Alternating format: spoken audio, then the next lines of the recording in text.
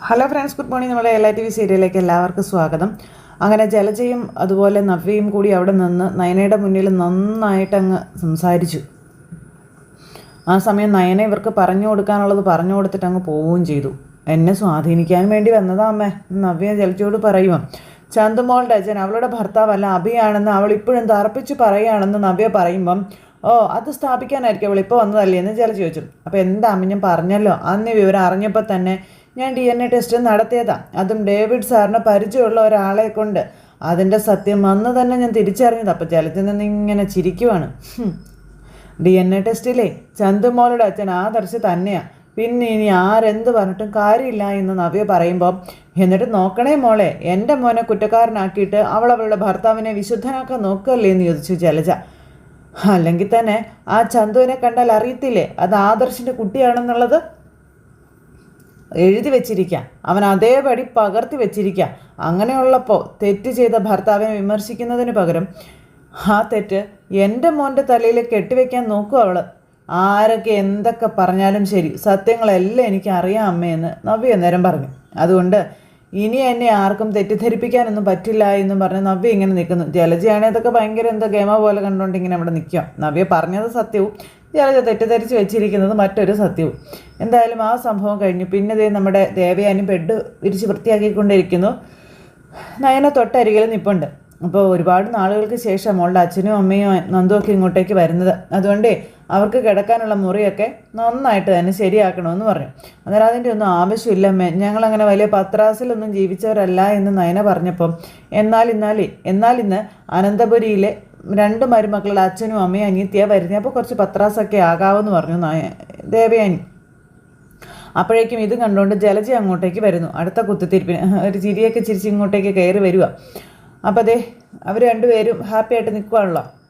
അല്ല, മുറിയൊക്കെ കുറേ നേരമായിട്ട് വൃത്തിയാക്കുന്നുണ്ടല്ലോ, ആരെങ്കിലും വിരുന്നുകാരുണ്ടോ?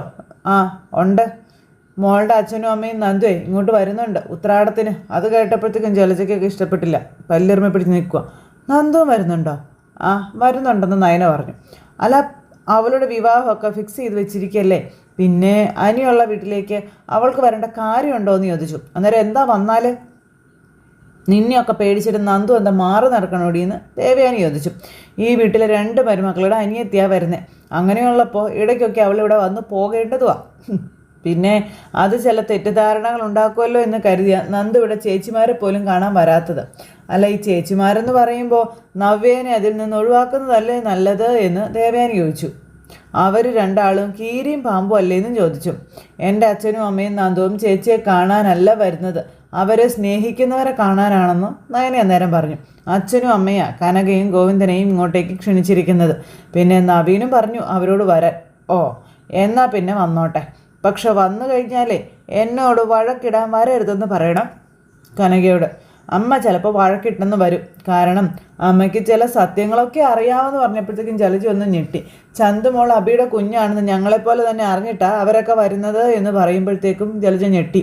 അതിൻ്റെ ദേഷ്യം അപ്പച്ചോടും അപ്പച്ചിയുടെ മോൻ്റെ അടുത്തും എന്തായാലും ഉണ്ടാകുമെന്നും പറഞ്ഞു. അതുണ്ടാകില്ല എന്നോർത്തിരിക്കേണ്ടാന്ന്. അതുമാത്രമല്ലല്ലോ, നവ്യ അഭി വഞ്ചിച്ചിട്ട് ഇപ്പം നവ്യ മോളുടെ അച്ഛനും അമ്മയും നന്ദു ഒക്കെ തമ്മിൽ വഴക്കിടുന്നത് കണ്ട് രസിക്കല്ലേ ഇവളുകളുടെ മോനും കൂടി ചേർന്ന്. ഞങ്ങൾ രസിക്കത്തൊന്നുമില്ല എൻ്റെ ഏട്ടത്തി. അനഘയുടെയും കുഞ്ഞിൻ്റെയും കാര്യത്തിൽ ഇപ്പം എനിക്കും അഭിക്കും ഒക്കെ ഇപ്പം നല്ല വിഷമമുണ്ടെന്ന് ജലജ ഇവരോട് പറഞ്ഞ് ഫലിപ്പിക്കണം. അവനിപ്പോൾ അവരോടൊക്കെ സ്നേഹമുണ്ട്. ആഹാ, അത് ശരി, എന്നാൽ പിന്നെ അവനങ്ങ് ഏറ്റെടുക്കുമോ അനഘയും ചന്തുമോളെയും എന്ന് നയന ചോദിച്ചപ്പോഴത്തേക്കും ജലജ, അല്ല അതിപ്പോൾ മോളുടെ ചേച്ചി ഉള്ളപ്പോൾ, ചേച്ചി ഒരു സമയത്ത് ഇല്ലായിരുന്നല്ലോ, ആ സമയത്തെ അവൻ അനഘയും കുഞ്ഞിനെ ഏറ്റെടുത്തുവിടായിരുന്നു എന്ന് ചോദിച്ചു ജലജ. അന്ന് ഞാൻ ഇതൊന്നും അറിഞ്ഞില്ലായിരുന്നല്ലോ എൻ്റെ ഏട്ടത്തി. ഓ, അല്ലെങ്കിൽ നീ അങ്ങ് മല മറിച്ചേനെ അല്ലേ. അമ്മയും മോനും കള്ളത്തരങ്ങൾ കാണിച്ചിട്ടേ ഒരു തെറ്റും ചെയ്യാത്തവരെ വേദനിപ്പിച്ച അഭി പിന്നെ ജയിലിലാണ്, അതോർത്തോളണം. എൻ്റെ ചേച്ചി നിങ്ങൾക്ക് തെറ്റിദ്ധരിപ്പിക്കായിരിക്കും, പക്ഷെ കോടതിയിൽ അതിന് കഴിയില്ല എന്ന് മനസ്സിലാക്കിക്കൊള്ളാൻ പറഞ്ഞു. കോടതിയിൽ അഭിക്കെതിരെ മൊഴി കൊടുക്കാനേ ഒരുപാട് പേരുണ്ടെന്ന് ഓർത്തോ. അതിന് ജീവിച്ചിരിക്കുന്ന തെളിവുകളാണ് അനഘയും ചന്തുമോളും, അത് നീ മറന്നു പോകണ്ടെന്ന് ദേവയാനി. അയ്യോ, ഞാൻ ഇനി ഒന്നും പറയാനില്ലേ എൻ്റെ ദൈവമേ. മോളുടെ അമ്മയും അച്ഛനും അനിയത്തിയൊക്കെ വരികയെ പോവുകയെ എന്താന്ന് വെച്ചാൽ ചെയ്തോട്ടെ, ഞാൻ ഒന്നിനും ഇല്ലേ എന്ന് പറഞ്ഞ് ജലജ എന്നിട്ട് അവിടെ നിന്ന് പോയി. അപ്പച്ചിയുടെ ഭർത്താവ് നാഗേന്ദ്രനേക്കാളും കുഴപ്പക്കാരി അപ്പച്ചിയെന്ന് നയന ദേവയാനിയോട് പറയാം ആ സമയത്ത്. അങ്ങനെ അവരവിടെ നിൽക്കുന്നു. ഈ സമയം നവ്യയെ കാണാനായിട്ട് അഭി അങ്ങോട്ടേക്ക് ചെല്ലുക കേട്ടോ. നവ്യെ, ഓണമായിട്ട് നമുക്ക് ഇവിടുന്ന് എങ്ങോട്ടെങ്കിലും മാറി നിന്നാലോ എന്ന് ചോദിച്ചാൽ. നമ്മളെന്തിനാ മാറി നിൽക്കുന്നത്? അല്ല, ഈ വീടിനകത്ത് താമസിക്കാൻ ഒരു യോഗ്യത ഇല്ലാത്തവരൊക്കെ ഈ വീടിനകത്ത് കയറി കൂടിയിട്ടുണ്ടല്ലോ. അനഘയുടെയും ചന്തുവിൻ്റെയും കാര്യമല്ലേ നീ ഈ പറഞ്ഞതെന്ന് നവ്യ അന്നേരം ചോദിച്ചു. അവർക്ക് വേണ്ടിയിട്ട് നമ്മളെന്താടാ ഒഴിഞ്ഞു കൊടുക്കണോ? അതിൻ്റെ ആവശ്യമുണ്ടോ? നീ എന്തൊക്കെയാ ഈ പറയുന്നത്? അന്നേരത്തേക്കും ജലജ വന്നു. മോളെ, നീ അറിഞ്ഞായിരുന്നോ 2-3 പേരെ ഇങ്ങോട്ട് കെട്ടിയെടുക്കുകയാണെന്ന്? നിൻ്റെ അമ്മയും അച്ഛനെ ആ നന്ദുവിനെയൊക്കെ. ആരാ ഇത് അമ്മയോട് പറഞ്ഞേ? അയ്യോ, അവിടെ കിടക്കൊക്കെ ശരിയാക്കിക്കൊണ്ടിരിക്കുക എൻ്റെ ഏട്ടത്തി എന്ന് പറയുന്നവള്. സഹായത്തിനെ നിൻ്റെ അനിയത്തി എന്ന് പറയുന്നവളും ഉണ്ട്. അപ്പം നന്ദുവും വരുന്നുണ്ടോ? ഓ, വരുന്നുണ്ട്. അവളെ കെട്ടാൻ പോകുന്നവനും വരുന്നുണ്ടെന്നാ പറഞ്ഞത്. എല്ലാവരും കൂടെ ആഘോഷിക്കാൻ വരുമായിരിക്കും അല്ലേ? അങ്ങനെയെങ്കിൽ നമ്മൾ ഈ വീട്ടിൽ നിന്ന് മാറി നിൽക്കുന്നത് തന്നെയാണ് നല്ലത് നവ്യ എന്ന് പറഞ്ഞു. അവർ വരുന്നത് പേടിച്ച് നമ്മളൊക്കെ എന്തിനാ പോകുന്നതെന്ന് നവ്യ അന്നേരം ചോദിച്ചു തിരിച്ച്. നമ്മളെയൊക്കെ അപമാനിക്കാൻ ഒരുത്തി ഇവിടെ കൊണ്ടുവന്നിട്ടില്ലേ അനഘയെന്ന് പറയുന്നവളെ?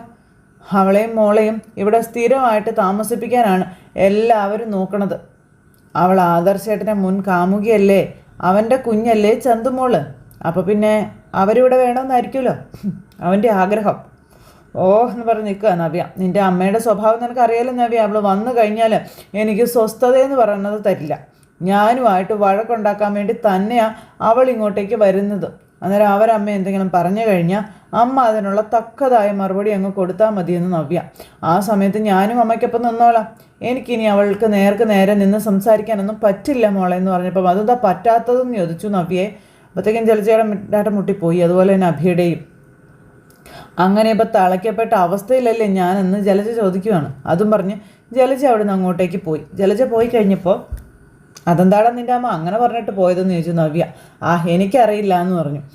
എന്നാലേ എനിക്കത് അറിയാവടാ, എല്ലാം എനിക്കറിയാം. എൻ്റെ അച്ഛനും അമ്മയും അനിയത്തിയുടെ വരികയും ചെയ്യും, ഞങ്ങൾ ഓണം ആഘോഷിക്കുകയും ചെയ്യുമെന്ന് നവ്യ മനസ്സിൽ പറയാം. എടി, നീ എന്താ ആലോചിക്കുന്നത്? നമുക്കൊന്ന് മാറി നിന്നാലോ എന്ന് അഭി ചോദിക്കുമ്പം എനിക്കതിന് തീരെ താല്പര്യമില്ല. അപ്പം നമ്മളെ തോറ്റോടിയതുപോലെ ആകുമെന്ന് പറഞ്ഞു നവ്യ. പ്രത്യേകിച്ച് എൻ്റെ അച്ഛനും അമ്മയും അനിയത്തിയും വരുമ്പം നമ്മളിവിടെ തന്നെ വേണം. നന്ദു നിന്നോട് ചെയ്തതൊന്നും നീ മറന്നു പോകരുതെന്ന് നവ്യ പറയുക. അതൊക്കെ ഞാൻ എൻ്റെ മനസ്സിൽ കൂട്ടി വെച്ചിരിക്കുകയാണെന്നൊക്കെ പറഞ്ഞ് എന്നിട്ട് അവൾ ഇങ്ങോട്ട് വരുമ്പോൾ ഞാൻ ഒളിച്ചോടി പോകണമെന്നോ, അതിനെ വേറെ ആളെ നോക്കണമെന്ന് പറഞ്ഞ് നവ്യ അവിടെ നിന്ന് അങ്ങ് പോയി. അഭി ആകെ ധർമ്മസങ്കടത്തിൽ അവിടെ നിൽക്കുന്നു. ഇത് കഴിഞ്ഞതിന് ശേഷം പിന്നെ കാണിക്കുന്നത് അനിയുടെ കോള് നന്ദുവിന് വരുമോ. അപ്പോൾ നാളെ നീ വരുമോയെന്ന് ചോദിച്ച് വിളിച്ചതാണ്. വരാതിരിക്കാൻ പറ്റത്തില്ലല്ലോടാ, ഇവിടെ എല്ലാവരും നിർബന്ധിക്കുകയാണെന്ന് പറഞ്ഞു. എന്നാൽ പിന്നെ നീയും പോരെ എന്ന് നന്ദു. ഇനിയിപ്പോൾ വഴക്കിനൊന്നും നിൽക്കണ്ട, എനിക്കാണെങ്കിൽ എന്ത് ചെയ്യണമെന്ന് അറിയില്ല എന്നൊക്കെ പറഞ്ഞ് ചില നേരത്ത് മരിക്കാൻ പോലും തോന്നുകയാണെന്നൊക്കെ അനി പറഞ്ഞു കേട്ടോ. അത് കേട്ടപ്പോഴത്തേക്കും നന്ദു, നീ ഒന്ന് ചുമ്മാ തിരിഞ്ഞെന്ന് അനി. എടാ, എന്നാലും അവൻ ഇത്ര ദുഷ്ടനായി പോയല്ലോ നവീനെന്ന് പറയുന്നത്. എല്ലാം നിൻ്റെ കുഴപ്പം തന്നെയാണ്. കുറച്ചൊക്കെ എനിക്കും അതിൽ പങ്കുണ്ടെന്നുള്ളത് ശരിയാ. പിന്നെ നാളെ ഇവിടെ വന്നതിന് ശേഷം കൂടുതൽ അവനോട് മിണ്ടുകയും പറയുകയൊന്നും ചെയ്യരുത്. അതെനിക്ക് സഹിക്കാൻ പറ്റുകയില്ല കേട്ടോ. അങ്ങനെയൊക്കെ എങ്ങനെയാടാ പറയാൻ പറ്റുന്നത്? അവിടെ വരുമ്പം എനിക്ക് നവീനേട്ടനെ കാണുകയും മിണ്ടുകയൊക്കെ ചെയ്യേണ്ടതായിട്ട് വരത്തില്ലേ? ഇനിയിപ്പോൾ അല്ലെങ്കിൽ തന്നെ എൻ്റെ അച്ഛനും അമ്മയും കൂടി അതിനുള്ള അവസരവും ഉണ്ടാക്കി തരും. എന്നാൽ പിന്നെ എന്താണെന്ന് വെച്ചാൽ നീയൊക്കെ ചെയ്തോ എന്നും പറഞ്ഞുകൊണ്ട് അനി ഫോൺ അങ്ങ് കട്ട് ചെയ്തു. നന്ദു ആണെന്നുണ്ടെങ്കിൽ ഹലോ വെച്ചുകൊണ്ടിരിക്കുമ്പോഴത്തേക്കും കനകയും ഗോവിന്ദനും ഓടി കയറി വന്നു കേട്ടോ. അല്ല, ആരാ നമ്മൾ വിളിച്ചത്? നവീൻമാനാണോ എന്ന് ചോദിച്ചപ്പോൾ അതെ. അപ്പോഴേ നന്നായി ഒരുങ്ങി വേണം അങ്ങോട്ടേക്ക് പോവാൻ കേട്ടോ. നവീൻമാൻ വരുന്നത് അങ്ങോട്ടേക്ക്. അതിനെന്തിനാണ് ഞാൻ ഒരുങ്ങുന്നത്? നവീനേട്ടൻ എന്നെ കണ്ടിട്ടുള്ളതല്ലേ എന്ന് ചോദിച്ചു നന്ദു. അപ്പം നാളെ അങ്ങനെയല്ലല്ലോ മോളെ, ഉത്രാടമല്ലേ, ഓണമൊക്കെ അല്ലേ. അപ്പോൾ ഓണക്കോടിയൊക്കെ കൊടുത്ത് പതിവിലും ചന്തത്തിലും വേണം മോളെ കാണാനായിട്ട്. അന്നേരം അതെ, വേണമെങ്കിലും മോള് രാവിലെ ബ്യൂട്ടി പാർലറിലേക്ക് വേണമെങ്കിൽ ഒന്ന് പോയിക്കോ. അതിൻ്റെ ഒന്നും ഒരാവശ്യമില്ല. എൻ്റെ ഈ സൗന്ദര്യത്തിലൊക്കെ എന്നെ നവീനേട്ടൻ കണ്ടാൽ മതി എന്ന് പറഞ്ഞു നന്ദു. അല്ലെങ്കിലും അവിടെ ചെന്ന് കഴിഞ്ഞാൽ പിന്നെ കുഴപ്പമില്ല കനകെ. അവിടെ ബ്യൂട്ടീഷ്യന്മാരൊന്നല്ലല്ലോ, 2 പേരില്ലേ, നമ്മുടെ നയനയും നവ്യ ഉണ്ടല്ലോ. അന്നേരം അത് ശരിയാ, ചേച്ചിമാർ നിന്നെ നന്നായിട്ട് അണിയിച്ചൊരുക്കിക്കോളൂ എന്ന് പറഞ്ഞു. എന്താ മോളെ നിനക്കൊരു തെളിച്ചമില്ലാത്തതെന്ന് ഗോവിന്ദേട്ടൻ ചോദിക്കുമ്പം അത് പിന്നെ നവീനല്ലേ വിളിച്ചത്, അതുകൊണ്ടായിരിക്കും എന്നും പറഞ്ഞുകൊണ്ട് ഇങ്ങനെ നിൽക്കുക കനക. ഇപ്പം അനി വിളിക്കാറൊന്നും ഇല്ലല്ലോ. ഇല്ല എന്ന് പറഞ്ഞു നന്ദു. ഇനി അല്ലെങ്കിലും വിളിയൊന്നും വേണ്ട, അവൻ വിളിച്ചാലും നീ ഫോൺ എടുക്കാനും നിൽക്കണ്ട. പറഞ്ഞ മനസ്സിലായോ? പിന്നെ നവീൻ മോൻ വരുന്നത് കൊണ്ട് മാത്രം നിന്നെ അങ്ങോട്ടേക്ക് കൊണ്ടുപോകുന്നത്. എന്നാൽ പിന്നെ കിടന്നുറങ്ങാൻ നോക്ക്. ഉറക്കം കളഞ്ഞിട്ട് എൻ്റെ കുട്ടിയുടെ ഗ്ലാമറൊന്നും കളയണ്ട എന്നും പറഞ്ഞുകൊണ്ട് അച്ഛനും അമ്മയും കൂടെ അവിടെ നിന്ന് പോയി. നന്ദു ആണെന്നുണ്ടെങ്കിൽ ആകെ വിഷമിച്ചിങ്ങനെ നിൽക്കുക. ഫോൺ എടുത്ത് വീണ്ടും തിരിച്ച് വിളിച്ചു. അതിന് കോൾ എടുക്കണില്ല. അത് കഴിഞ്ഞ് പിന്നെ കാണിക്കാൻ നമ്മുടെ അനി വണ്ടി ഓടിച്ചുകൊണ്ട് വരും. അപ്പോൾ അനി വണ്ടി ഓടിച്ച് ഫോണിൽ സംസാരിച്ചുകൊണ്ട് വരും. എടോ ഇത്തരം കാര്യങ്ങളൊക്കെ നോക്കാൻ വേണ്ടിയിട്ട് തന്നെ ഞാൻ മാനേജറാക്കി വെച്ചിരിക്കുന്നതെന്നൊക്കെ പറഞ്ഞ് അങ്ങനെ നമ്മുടെ അനി വണ്ടി ഓടിച്ച് ഇങ്ങനെ പോരുന്നു. ഈ സമയത്ത് പിന്നെ കാണിക്കുന്ന മുത്തശ്ശിനെ കേട്ടോ. മുത്തശ്ശിനെ ഇങ്ങനെ അനന്തപുരി കൂടെ അങ്ങോട്ടും ഇങ്ങോട്ടും നടക്കുന്നു. അപ്പോൾ ആദർശ് ഇറങ്ങി വരിക. മുത്തശ്ശിയും തൊട്ടരികിൽ നിൽപ്പുണ്ട്. എന്തിനാ മുത്തശ്ശി എന്നെ വിളിച്ചതെന്ന് ചോദിച്ചു. ഞാൻ നിന്നെ വിളിപ്പിച്ചത് കമ്പനിയിൽ നിന്ന് മാനേജർ വിളിച്ചിരുന്നു. അനി ഒരുമാതിരി ബഹളി പിടിച്ച് നടക്കുന്നത് പോലെയാണ് അയാൾ പറഞ്ഞതെന്ന് പറഞ്ഞു. ജോലിയിലൊന്നും തീരെ ശ്രദ്ധിക്കുന്നില്ല, ചെക്കൊന്നും ഒപ്പിട്ട് കൊടുക്കുന്നില്ലെന്ന് പറഞ്ഞു. നന്ദുവും നവീനും തമ്മിലുള്ള കല്യാണം നടക്കുമെന്ന് കരുതിയിട്ട് അവനാകെ വിരളി പിടിച്ചാൽ നടക്കുന്നതെന്ന് മുത്തശ്ശി പറഞ്ഞു. നിന്നെ ഞാൻ വിളിപ്പിച്ചത് അതിനൊന്നും അല്ല. അനി ഈ രീതിയിൽ പോകുമ്പോൾ ഓണമൊക്കെയാണ് വരുന്നത്. ഈ അടുത്ത സമയത്ത് നമ്മൾ നല്ല പബ്ലിസിറ്റിയൊക്കെ കൊടുത്തിട്ട് ഉള്ളതുകൊണ്ട് ഇതുവരെ ഇല്ലാത്തൊരു തിരക്കുണ്ട് ഇപ്പോൾ നമ്മുടെ ജ്വല്ലറിയിൽ. അപ്പോൾ സ്വർണത്തിന് വില കൂടിയത് പോലും ആൾക്കാരിപ്പോൾ കണക്കിലെടുക്കണമില്ല. അതുകൊണ്ട് അവൻ്റെ ബ്രാഞ്ച് കൂടി നീ ഒന്ന് ശ്രദ്ധിച്ചേക്കണമെന്ന് മുത്തശ്ശൻ പറഞ്ഞു. ഞാൻ ജയനോടും അജയനോടൊക്കെ ഈ കാര്യത്തെപ്പറ്റി പറഞ്ഞിട്ടുണ്ടെന്നും പറഞ്ഞു. അപ്പോൾ ശരി മുത്തശ്ശ എന്ന് പറഞ്ഞു. അജയനും ഇപ്പോൾ പഴയതുപോലെ കമ്പനി കാര്യങ്ങൾ പഴയ പോലെ ശ്രദ്ധയൊന്നും ഇല്ലയെന്ന് പറഞ്ഞു. ഇളയച്ചനും എന്തൊക്കെയോ കാര്യമായിട്ട് സംഭവിച്ചിട്ടുണ്ട്. അപ്പോൾ അച്ഛനും മോനും ഒരു വഴിക്കാണ് പോകുന്നതെങ്കിൽ ബന്ധവും സ്വന്തമൊക്കെ ശരിയാണ്. ബിസിനസ്സിനെ അവരുടെ ടെൻഷൻ ബാധിച്ചാൽ രണ്ടാളെയും തൽക്കാലം ജ്വല്ലറിയിൽ നിന്ന് ഒഴിവാക്കേണ്ടി വരുമെന്ന് മുത്തശ്ശൻ പറയാം. അവന് ബിസിനസ്സിൽ ശ്രദ്ധയില്ലയെന്ന് നീ എന്നോട് പറഞ്ഞില്ലല്ലോ മോനെ. ഇയാൾ പോലും അറിഞ്ഞല്ലോ. അപ്പോൾ അങ്ങനെയൊന്നും ഇല്ല മുത്തശ്ശ. നേരിയ എന്തോ പ്രയാസം ഇളയച്ചൻ്റെ മനസ്സിൽ കടന്നു കൂടിയിട്ടുണ്ട്. അത് നമുക്ക് സോൾവ് ചെയ്യാവുന്നതേ ഉള്ളൂ എന്ന് പറഞ്ഞു. അതും പറഞ്ഞ് ആദർശ് അവിടെ നിന്ന് അങ്ങോട്ടേക്ക് പോയി. ആദർശ് അങ്ങ് പോയി കഴിഞ്ഞപ്പം മുത്തശ്ശനും മുത്തശ്ശിയും കൂടി ഇങ്ങനെ അവിടെ നിൽക്കുക. ഇനിയിപ്പോൾ ഇത് അവനോട് ചോദിക്കുകയൊന്നും വേണ്ട കേട്ടോ, അതിൻ്റെ ആവശ്യമില്ല എന്ന് പറഞ്ഞു. അവനിപ്പോൾ എന്തൊക്കെയോ മനസ്സിൽ അടക്കി പിടിച്ചുകൊണ്ടാണ് നടപ്പ്. അതിൻ്റേതായ പ്രശ്നങ്ങളാണ്. ഇതിനു മുൻപ് നന്ദുവിനെ അവന് വലിയ ഇഷ്ടമായിരുന്നു, അജയനെ. പക്ഷേ അവനും ഇപ്പോൾ ജാനകിയുടെ കൂടെയാണെന്ന് മുത്തശ്ശി പറയാം. നന്ദു ഈ വീടിൻ്റെ മരുമകളായി വരുന്നത് അവനെന്തോ വലിയ താല്പര്യമൊന്നും ഇല്ല എന്നുള്ള രീതിയിലാണ് ഇപ്പോൾ അവൻ്റെ സംസാരവും കാര്യങ്ങളും ഒക്കെ. അപ്പം അത് കേട്ടപ്പോൾ മുത്തശ്ശനും മനസ്സിലായി മുത്തശ്ശി പറഞ്ഞത് ശരിയാണെന്ന്.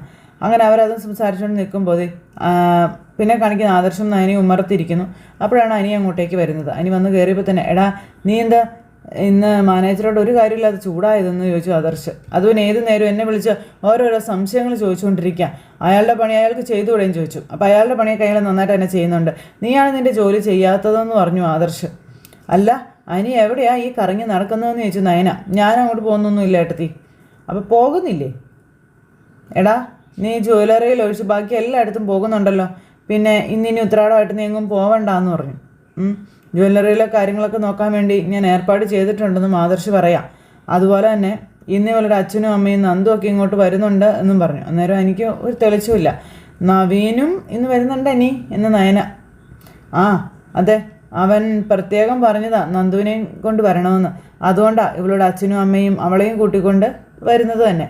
ആ വന്നോട്ടെ, ആര് വേണമെങ്കിലും ഇങ്ങോട്ട് വന്നോട്ടെ, അതിനിപ്പോൾ എനിക്കെന്താ. ഈ ഉത്രാടത്തിന് സാധാരണ നവീനെ വിളിക്കാറുള്ളതല്ലല്ലോ. എടാ നവീനും നന്ദുവും തമ്മിലുള്ള കല്യാണം നടക്കാൻ പോവുമല്ലേ, അതുകൊണ്ടാണ് മുത്തശ്ശൻ അവരെ വിളിച്ചത്. ഞാനും വിളിച്ചിട്ടുണ്ടായിരുന്നു എന്ന കാര്യം പറയുമ്പോൾ നന്ദു വരുമെന്ന് പറഞ്ഞു എന്ന് ചോദിച്ചു. അപ്പം ഇങ്ങനെ നോക്കുക നമ്മുടെ ആദർശ നയനി. ആ നവീൻ വിളിച്ച് പറഞ്ഞാൽ പിന്നെ വരാതിരിക്കുമോ? അവൾ വരും.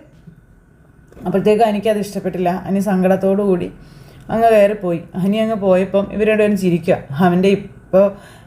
അവൻ്റെ ഏറ്റവും അടുത്ത ശത്രു അവൻ്റെ ഏറ്റവും അടുത്ത സുഹൃത്ത് തന്നെയാണ്. നവീൻ ഇവന് ചെയ്തു കൊടുത്ത എല്ലാ ഉപകാരങ്ങളും ഈ ഒരൊറ്റ കാരണം കൊണ്ട് അവൻ മറന്നു കിടക്കുകയാണെന്നൊക്കെ പറഞ്ഞു ആദർശ്. നന്ദു ഒന്ന് ഇങ്ങോട്ട് വന്നോട്ടെ, അതൊക്കെ മാറിക്കോളും എൻ്റെ ആദർശേട്ടാ എന്നും പറഞ്ഞുകൊണ്ട് നമ്മുടെ നയനകത്തേക്ക് കയറിപ്പോയി. ആദർശ് അവിടെ നിൽക്കുന്നു. അത് കഴിഞ്ഞതിന് ശേഷം പിന്നെ നമ്മുടെ ദേവയാനി അനഘയുടെ അടുത്തേക്ക് ചെല്ലുക. മോളുടെ സംസാരശേഷി തിരിച്ചു കിട്ടിയതിന് ശേഷം ഒരുപാട് കാര്യങ്ങൾ ചോദിച്ചറിയണം എന്നുണ്ട് എന്നും പറഞ്ഞു. എന്നാലും മോളെപ്പോലെ ഒരു പെൺകുട്ടിക്ക് ഇങ്ങനെ ഒരു അബദ്ധം പറ്റിയത് അത്ഭുതം തന്നെയാണെന്നും പിന്നെ കുറ്റം പറഞ്ഞിട്ട് കാര്യമില്ലല്ലോ, അവൻ അങ്ങനെ ഒരു കുറുക്കനാണെന്നും ദേവയാനി പറയുക കേട്ടോ. ആരെയും സംസാരിച്ച് കീഴ്പ്പെടുത്തി കളയും അവൻ്റെ കാര്യം കാണാൻ വേണ്ടി. അങ്ങനെ ഒരു മിടുക്കവനുണ്ട്. ഇനി എന്തായാലും മോൾക്ക് പേടിക്കാനൊന്നുമില്ല. സഹതാപം തോന്നിക്കഴിഞ്ഞാൽ ആരെയും ഏറ്റെടുക്കുന്ന കൂട്ടത്തിലാണ് ആദർശൻ്റെ മുത്തശ്ശനും മുത്തശ്ശിയും ഒക്കെ. അബിയുടെ അമ്മയെ അങ്ങനെയാണ് ഇങ്ങോട്ടേക്ക് കൂട്ടിക്കൊണ്ട് വന്നതെന്നും പറഞ്ഞു. അപ്പോൾ പിന്നെ അബിയുടെ ചതിയിൽപ്പെട്ട മോളെയും മോളുടെ കുഞ്ഞിനെയും ഈ വീട്ടിലുള്ളവർ തള്ളിക്കളയുമോ എന്നും ചോദിക്കുക കേട്ടോ. ഇനി നിങ്ങൾക്ക് ഇവിടെ ഒരു കുറവും ഉണ്ടാവില്ല. നോക്ക്, മോള് ധൈര്യമായിട്ടിരിക്കാൻ പറഞ്ഞു. അപ്പോഴത്തേക്ക് നയനയും ചന്തമോളും അങ്ങോട്ടേക്ക് വന്നു. ആഹാ, ഇപ്പം അനഘയുടെ കാര്യങ്ങൾ മുഴുവനും അമ്മ അങ്ങ് ഏറ്റെടുത്തോ എന്ന് നയന വന്ന് ചോദിക്കുക. അപ്പോൾ മോൾക്ക് വയ്യാത്തല്ല മോളെ, അതുകൊണ്ട് തന്നെ അനഘയുടെ കാര്യങ്ങൾ ഞാൻ നോക്കാമെന്ന് കരുതിയെന്നേ ഉള്ളൂ എന്ന് ദേവയാനി. അല്ലെങ്കിൽ തന്നെ ഇതൊക്കെ പ്രയാസമുള്ള കാര്യമാണോ എന്നും ദേവയാനി ചോദിക്കുക. ചന്തുമോളെ, ദേ ഓണത്തിനെ മോളുടെ മുത്തശ്ശനും മുത്തശ്ശിയൊക്കെ വരുന്നുണ്ട്, നന്ദു കുഞ്ഞമ്മയുണ്ട് കേട്ടോ എന്ന് പറഞ്ഞു. അപ്പോൾ അവരൊക്കെ പുറപ്പെട്ടോ മോളെന്ന് ചോദിച്ചപ്പോൾ പുറപ്പെട്ടെന്നാണ് പറഞ്ഞതമ്മേ. ഇപ്പം എന്തായാലും എത്തേണ്ട സമയമായി, എല്ലാവരും വരട്ടെ, മോളുടെ അച്ഛൻ്റെ അമ്മയുടെ അനിയത്തിയുടെ ഒക്കെ മുന്നിൽ വെച്ച് ഒരുത്തനെ ഉരുകട്ടെ. അന്നേരം ചേച്ചി എല്ലാം അറിയുമെന്നാ അഭിയുടെയും അവൻ്റെ അമ്മയുടെയും ശരിക്കുള്ള പേടി. എന്നാൽ ചേച്ചി പറഞ്ഞിട്ടാണ് അനക്കയെ കൂട്ടിക്കൊണ്ട് വന്നതെന്ന് അവർക്കറിയില്ലല്ലോ. ഇനി കിടന്നവൻ നട്ടം തിരിയണം മോളെ, കുറച്ചവൻ ഓടട്ടെ. ഈ കുടുംബത്തിൽ നിന്നവൻ പുറത്തു പോവുകയും വേണം. പകരം അനഘ മോളും ഈ മോളും ഇവിടെ ജീവിക്കട്ടെ എന്നും ദേവയാനി പറയാം. അപ്പോൾ അത് അങ്ങനെ തന്നെ വരട്ടെ എന്നും പറഞ്ഞുകൊണ്ട് നമ്മുടെ നയനയും പറഞ്ഞു. അപ്പോൾ ഇത്തവണ ഓണക്കോടി ഒരുപാടാണല്ലോ, അതെല്ലാം മാറി മാറി ഇട്ടോളണം കേട്ടോ എന്ന് കുഞ്ഞിനോട് പറയാം.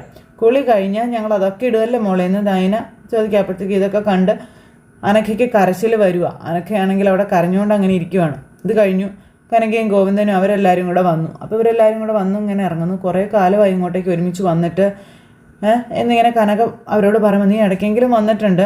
ഞാൻ അതും ഇല്ല നമ്മുടെ ഗോവിന്ദേട്ടൻ പറഞ്ഞു.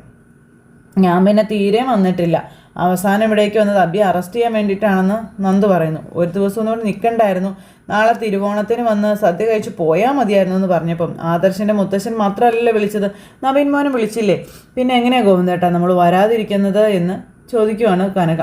3 കൂടി കെട്ടിയെടുത്തിട്ടുണ്ട്, ഇനി ഇന്നും നാളെ എല്ലാത്തിനും സഹിക്കണം, ഇത്തവണ തിരുവോണം അലമ്പി പോകുന്ന തോന്നുന്നു പറഞ്ഞ് മുകളിൽ നിന്ന് ജലജ ഇതൊക്കെ കണ്ടു നിന്ന് പ്രാഗിക്കൊണ്ടിരിക്കുക. അപ്പോഴാണ് മുത്തശ്ശനും മുത്തശ്ശിയും കൂടി അവിടെ ഇരിക്കുന്നത്, ഇവർ വരുന്നത് കാണുന്നതും. ആഹാ, നിങ്ങൾ വന്നോ എന്ന് ചോദിച്ച് ഭയങ്കര സന്തോഷം. ഞങ്ങൾ നിങ്ങളെ കാത്തിരിക്കുകയായിരുന്നു, എന്താ വൈകിയതെന്ന് ചോദിച്ചു. ഉച്ചയൂണൊക്കെ കഴിച്ചിട്ടായിരിക്കും ഇറങ്ങിയതല്ലേന്ന് ചോദിച്ചപ്പോൾ അതേന്ന് പറഞ്ഞു. അന്നേരം അത് വേണ്ടായിരുന്നു, ഇവിടുന്ന് കഴിക്കാമായിരുന്നല്ലോ എന്ന് മുത്തശ്ശൻ. 2 മക്കളെ ഇങ്ങോട്ട് പറഞ്ഞു വിട്ടിട്ട് അവിടെ നിന്ന് ആരും തിരിഞ്ഞു പോലും നോക്കുന്നില്ല എന്ന് മുത്തശ്ശി. അയ്യോ, അത് മനഃപൂർവ്വം വരാത്തതൊന്നും അല്ലമ്മേ, പിന്നെ ഇവിടെ പലർക്കും ഞങ്ങൾ വരുന്നത് ഇഷ്ടമല്ലല്ലോ, അതുമാത്രമല്ല നന്ദോട്ടൻ്റെ കല്യാണം കഴിയാത്തത് കൊണ്ട് ഇവളെ ഇങ്ങോട്ട് കൊണ്ടുവരാൻ എനിക്ക് വലിയ പേടിയാണെന്ന് കനക അന്നേരം പറഞ്ഞു. വെറുതെ എന്തിനാ ആൾക്കാരെ കൊണ്ട് അതും ഇതും പറയിപ്പിക്കുന്നേ, ഇനിയിപ്പോൾ എന്തൊക്കെ പറഞ്ഞാലും മനുഷ്യൻ ജീവിക്കുന്നത് മറ്റുള്ളവർക്ക് വേണ്ടിയിട്ടാണ്. നമ്മുടെ ഭാഗത്ത് തെറ്റൊന്നും ഇല്ലെങ്കിൽ നമ്മൾ പിന്നെ ആരെയും പേടിക്കേണ്ട ആവശ്യമൊന്നുമില്ല. അപ്പോൾ സാറ് വിളിച്ചതിൻ്റെ പിന്നാലെ നവീൻ എന്നെ വിളിച്ചായിരുന്നു, പിന്നെ ഇവളെ കൊണ്ടുവരുന്നതിൽ കുഴപ്പമൊന്നുമില്ലല്ലോ, അല്ലെങ്കിൽ തന്നെ എന്താ കുഴപ്പം, അപ്പം നവീൻ വരുന്നില്ല എന്നുണ്ടെങ്കിൽ മോളെ ഒറ്റയ്ക്കാക്കിയിട്ട് നിങ്ങൾ വരുമായിരുന്നോ എന്ന് ചോദിച്ചു മുത്തശ്ശിയെ. അപ്പോൾ അത് കേട്ടപ്പോൾ ഇവരിങ്ങനെ അങ്ങോട്ടും ഇങ്ങോട്ടും നോക്കുക. അല്ല, മോൾ ഉത്രാടവും തിരുവോണമൊക്കെ അവധി എടുത്തിരിക്കാമേ, അല്ലെങ്കിൽ ഇവിടെ ഡ്യൂട്ടിക്ക് പോകുകയെ. ശരിക്കും ഞങ്ങൾക്ക് നല്ല വിഷമമുണ്ട് കേട്ടോ മോളെ കിട്ടാത്തതിലെന്ന് മുത്തശ്ശൻ അന്നേരം പറയാം. അത് കേട്ടപ്പോഴത്തേക്കും ഗോവിന്ദേട്ടനും കനകയും വല്ലാതായിട്ട് നിൽക്കുന്നു. നന്ദുവിന് അത് ഭയങ്കര വിഷമമായി. അങ്ങനെ അവർ തമ്മിൽ സംസാരിച്ചുകൊണ്ട് നിൽക്കുന്ന ഒരു സിറ്റുവേഷൻ കാണിച്ച് ഇന്നത്തെ കഥ അവസാനിച്ചു. അപ്പോൾ എല്ലാവരും കാത്തിരുന്ന് കാണണം കേട്ടോ. എല്ലാവർക്കും നല്ലൊരു ദിവസം ആശംസിക്കാനേ. വീണ്ടും കാണുന്നത് വരെ എല്ലാവർക്കും ടാറ്റാ.